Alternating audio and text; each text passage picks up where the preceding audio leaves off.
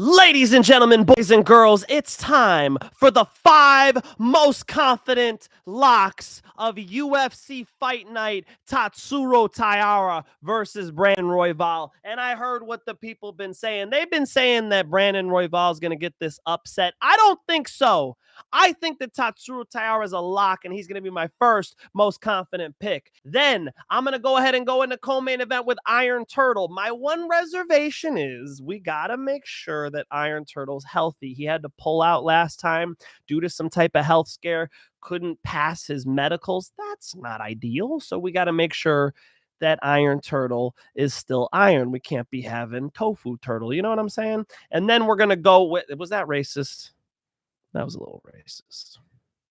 My bad, Iron Turtle. Then we're going to go with Grant Dawson. Look, I respect Tafa Garcia, but Grant Dawson's got a nasty grappling game. His jiu-jitsu's good. His wrestling's good. I think he puts it together and hits these takedowns. Then we're going to go with Alhassan over Josh Fremd. Alhassan should be able to smack the shit out of Josh Fremd on the feet. Now, Josh Fremd, there is a takedown threat. And if he gets to the top position, him by submission is live. I don't think he hits this takedown. I don't think he's strong enough, or his technique and his wrestling is just not sharp enough. So give me Alhassan, probably by getting a knockout. And then the fifth and final most confident pick is going to be Dwayne "The Rock" Johnson's favorite fighter, Themba Gorimbo. Themba Gorimbo should be able to beat up a Niko Price. Niko Price, dare I say, getting a little chinny. And I think he's getting hit on the chinny chin chin. I think Themba Gorimbo needs a highlight reel. He needs victories. He needs to look good. And this is going to be that type of performance. In my mind, I think Themba Gorimbo is getting the knockout. One more time for the people in the back. Give me Tatsuro Taira. Give me Iron Turtle. Give me Grant Dawson. Give me Alhassan. And give me Gorimbo. Those are my 5 most confident picks. I gotta tell you the truth though, I almost put an underdog in there. I pulled him out at the last second. I got an underdog that I already bet on, and that has gotten wider since I bet on him. I'm putting that in the premium channel. You guys could check that out. You guys are like, fuck. Link in description. It'll be in there. And I'll get the timestamps in. People are like, where are the timestamps? I put them in the description. Do you need a comment with the timestamps too? I'll put them in there too. Premium channel, or just go to the free channel. I give out free bets. I've given out some pretty solid ones, some pretty solid underdogs. All right, over in the free channel. So you could check those out too. Link in description to get into those. If you want to jump into the premium channel, you could always just DM at Mike Finch Show on Instagram. My personal account is at Mike Finch MMA. When you DM at Mike Finch Show, my boy T answers you back and he gets you guys all set up. Shout out to my boy T, because I told him I had picked Dan Argueta early on. And he's like, bro, be cautious. I don't know. Look at it. I did my research. I did more homework, and I thought, okay, T might have saved me on that one. This kid is good. Haddon, I think Haddon actually can smack up Dan Argueta on the feet. So shout out to T for saving me. Hey, T's got some good picks. You guys know T does this too. All right. He's just not in front of the camera. He's got his own thing. So I like this kid Haddon. I was worried about the potential for him to get taken down and kind of manhandled by Dan Argueta. Dan Argueta is made out of stone. I mean, he's very strong. The way he beat up my buddy Nick Aguirre, didn't beat him up, but just held him down and was able to just, come here, kid. Just kind of, give him an unwelcome hug. And that's a problem. So, all right. There we go. Let's go, folks. What's up, everybody? Good to see you. Want to talk some fist fights? How about we talk last week first? I think that was a sick main event between Poatan, Alex Pereia, the most exciting champion in the UFC. Tom Aspinall's pretty fucking exciting, actually. Fuck it. Poatan, the most exciting champion in the UFC, having a pretty competitive fight with Khalil Roundtree. Now, I think people are wilding out about it. I'll shout out T-Bone. He's texting me, bro, Khalil Rountree's beating his ass, whatever he was saying. This is crazy. He's blowing him out of the water. I'm like, what is going on? I end up watching the fight afterwards. I wasn't live for it, and I did not see that. I mean, I understand you're like, holy shit, Khalil Rountree's actually in a fight with, it was back and forth. I gave him 1 round live. I understand people saying 29-28, whatever. But he was on his way to getting knocked out. I mean, even though Poatan was getting caught a little bit, his exits were good enough. Khalil Roundtree didn't have enough to follow up with. His coach was telling him, like, I think he was saying 2 punches and then you catch him on the 3rd. Dude, it's more like the 4th or 5th. You got to keep punching at Poatan and you got to just make him miss. And he couldn't make him miss enough, especially after he felt the fatigue a little bit, being up at elevation. Poatan's offense is just too damn good. He's got a nuke and a fucking nuke. And he's just putting those things on you the whole time. The little slips, little pulls, boom, boom. He's just rocking the left hook, banging the right hand, ripping the body up. Poatan's calf kicks were on point, and he was fighting a southpaw. I mean, that's with his lead leg. He still got calf kicks. Why don't people pick up on these calf kicks from Poatan? Learn from the guy. I don't mean pick up on him and start checking him, although that would be good too. I mean, like, bro, study that shit. Those calf kicks are tremendous. I'm trying to. I listened to what Israel Adesanya said on Joe Rogan Experience. He was talking about the way he catches you with, like, what was he saying? The ankle or like the inside of the shin there. Whack that foot. Saying he hits you with the foot sometimes too. Brilliant. I mean, it really is a club, and he doesn't have to turn his hips over for it. So I'm a big fan of those calf kicks, and he was still making them work. I know some people were saying the calf kicks are gonna be shut down because of the southpaw. Nah, dog, he could throw them from both sides. Poatan is the best striker in MMA right now, even though his defense isn't 10 out of 10. Have I been saying this? Did I not tell you folks last year, if not the year before, that Poatan gets hit? Poatan's defense is not fantastic, but his offense is the best in the game. And he puts people away. It wasn't his best performance, right? We've seen Alex Pereia in more of a flow state than that. We've seen him more switched on than that.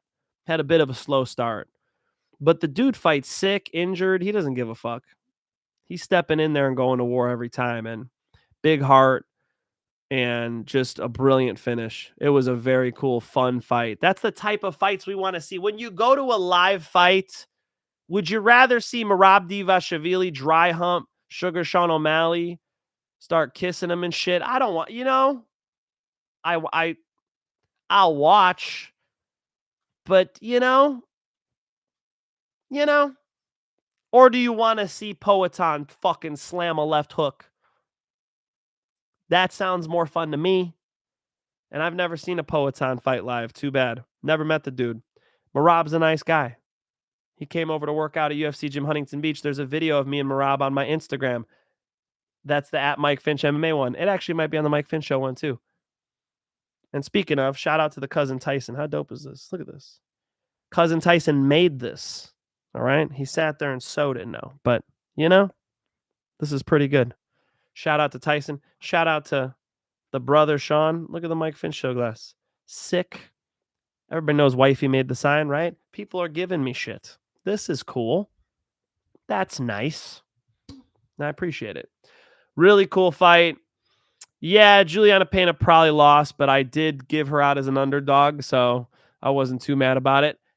Hey, one for the team. I think even you give it to Jose Aldo. I would have to rewatch those 2 fights, though, honestly. I just really got home and made sure I got to that Poatan fight. Joaquin Buckley was my lock of the week. Joaquin Buckley got it done against Wonder Boy.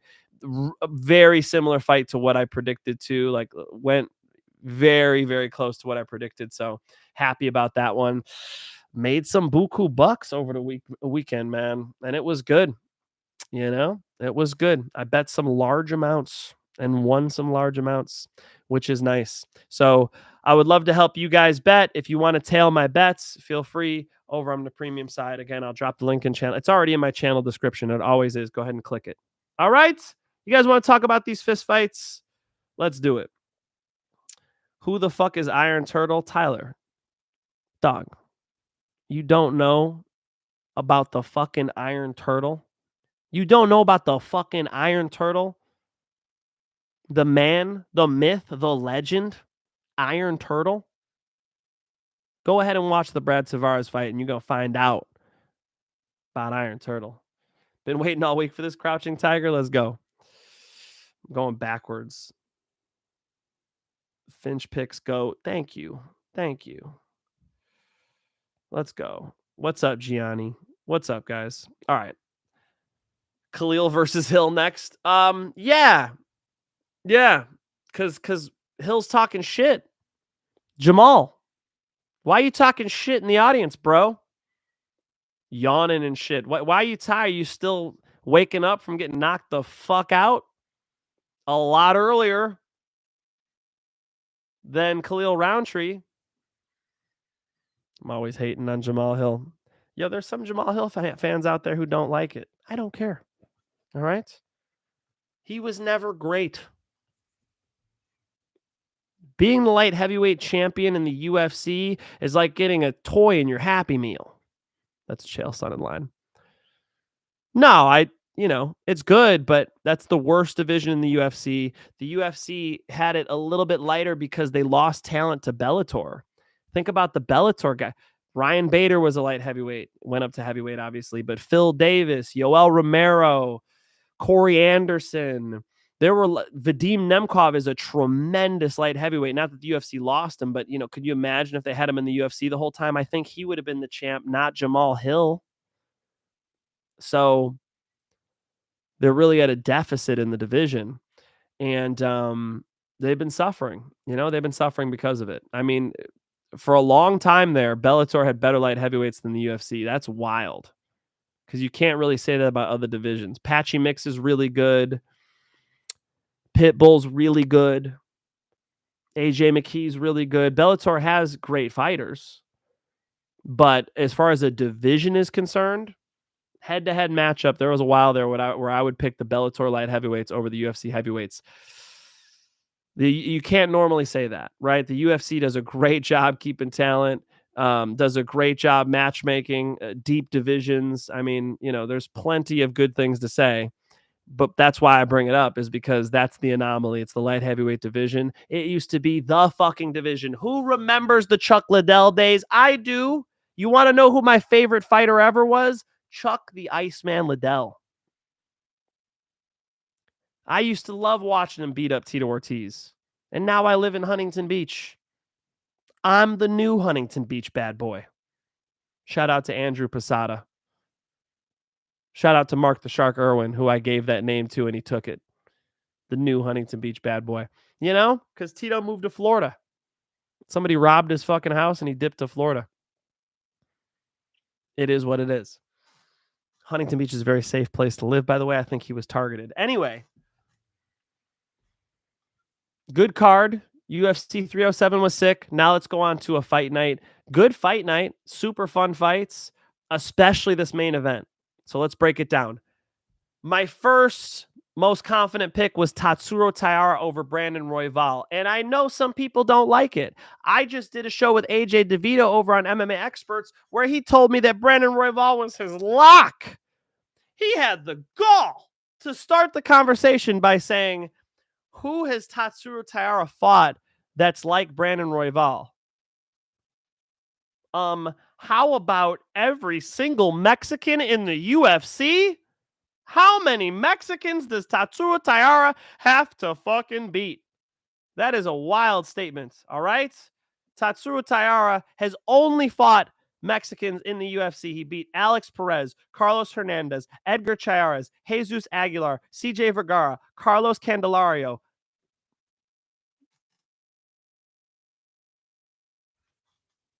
I mean, the hit list is crazy.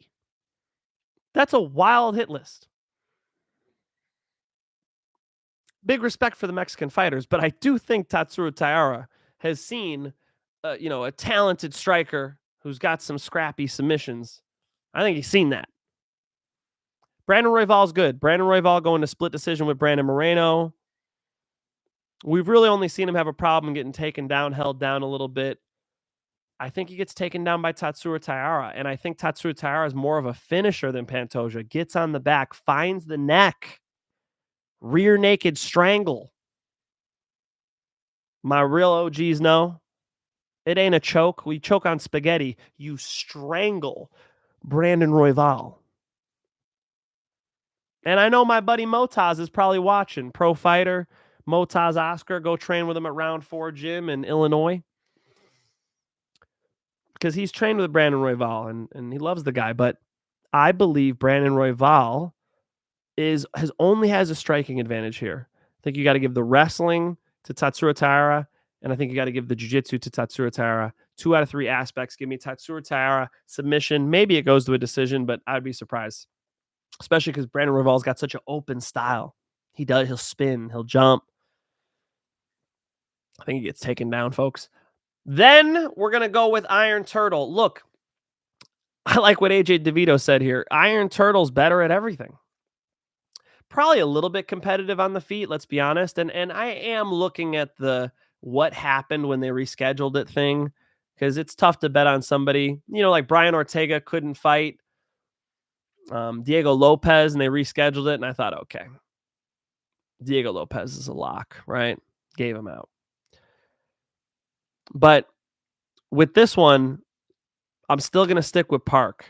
I think Park might struggle to get a takedown. Brad Tavares' takedown defense is great, but he got knocked out by RoboCop last time. His only win in the last 5 years or so has been against a 40-year-old Chris Weidman, who I don't think he got out of there, right? Couldn't get out of there.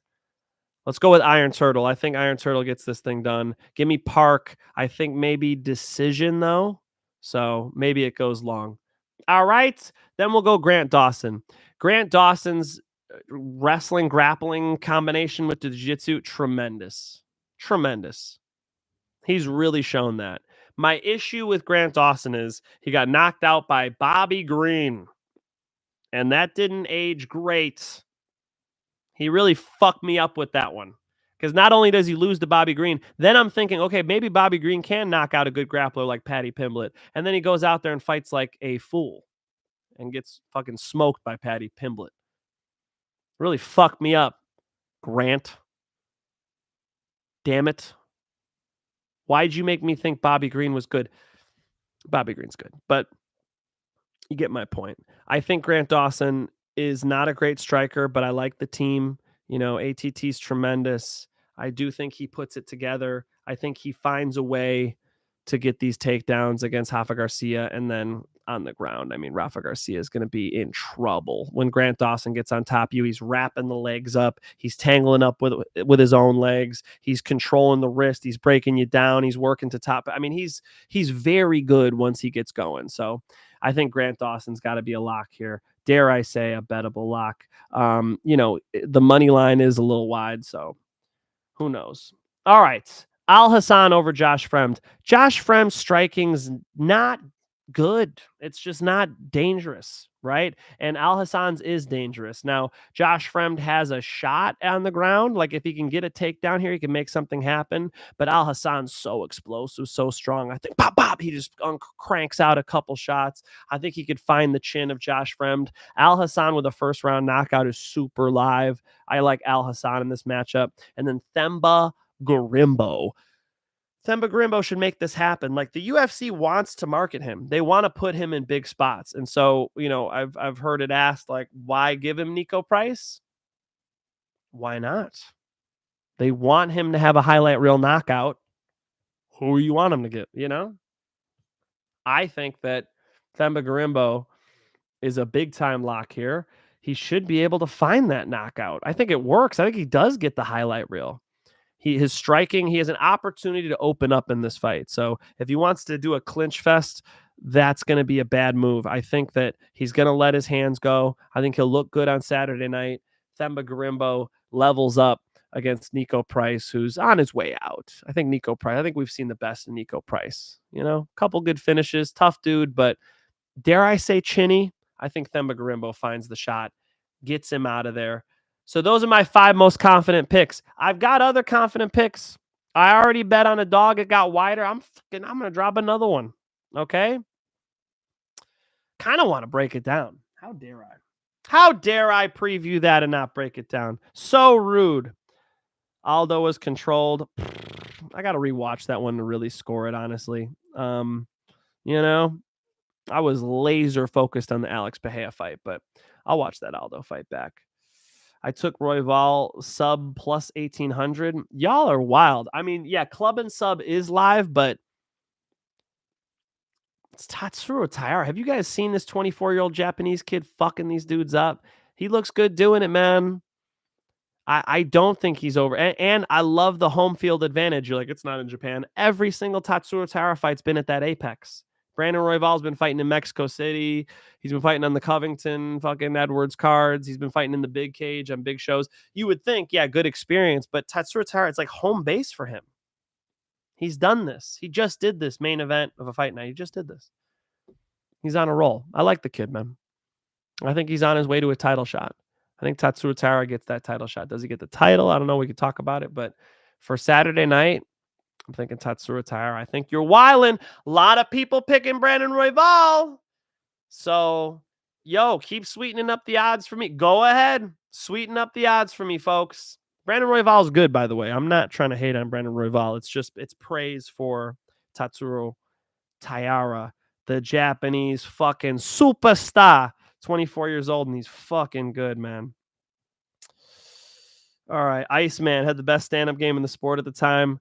Ben, I was such a big fan. Now, best stand-up game in the sport, you could argue that, but, you know, Fedor Emelianenko was over there knocking people out in Japan. Mirko Krokop was banging head kicks. You had, you know, there were other strikers for sure, but Chuck Liddell was so dangerous with the big overhand rights. I got to meet him at UFC Gym Huntington Beach, and he showed me how to just like relax your arm and whip that overhand right. And I asked him, I said, Chuck, I see you kind of throw like the jab left hook. Seems like you're just kind of pawing that out there to get them to circle into the right hand, right? He said, no. He said, what I'm doing is I'm sticking the right hand in the left hook so they move into the right hand. So he's telling me don't slap it out there. You ever see how some strikers do that? Kind of slap shots out there and then put a hard one down? Tim Sylvia told me that. He said, you know, I'll throw 3 jabs. You don't know which one's the hard one. I like Chuck Liddell's style of that, like it's like a jab and it's like a lead hook and he steps off the center line, and he told me you throw it hard to get their respect and make them move. That actually makes a lot of sense. So shout out to the Iceman. By the way, if you want to come and train with your boy, I just took over UFC Gym Huntington Beach. I am the new fitness director of UFC Gym Huntington Beach. If you want to come train with me in my town, you have an open invite. Tell them Mike Finch sent you. We'll get you a day on the house if you live local. If you don't, you can pay for a day pass. Come on in. Come on in. Full-size UFC cage, 42,000 square foot gym, multiple black belts in jiu-jitsu coaching. We got Jamie Fletcher as the head jiu-jitsu coach. He fought Uriah Hall. I just interviewed a UFC fighter, former UFC fighter who wants a job. We'll see if he gets on board next week. Shout out to him. Should I drop the name? I think I'll wait. Maybe that's private.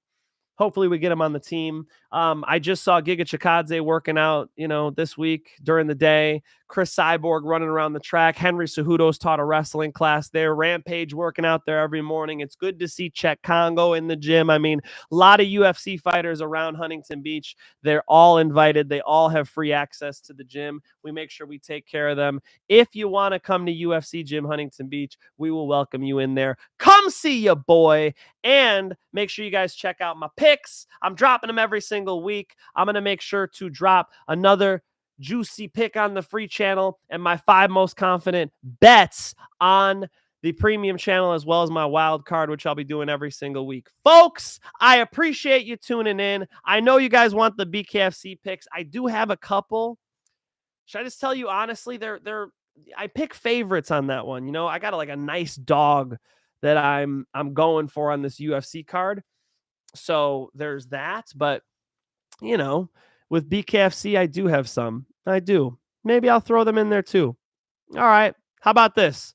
Join the Telegram and I'll give it to you guys in the free Telegram. All right? I'm giving you some BKFC picks this week in the free Telegram. I got you. Jump on over there. Just click the link in the channel description. Once this video is posted, it'll be right there. I will give you my bare knuckle fighting championships picks in the free channel for BKFC tomorrow. Check them out. Until then, it's peace and love.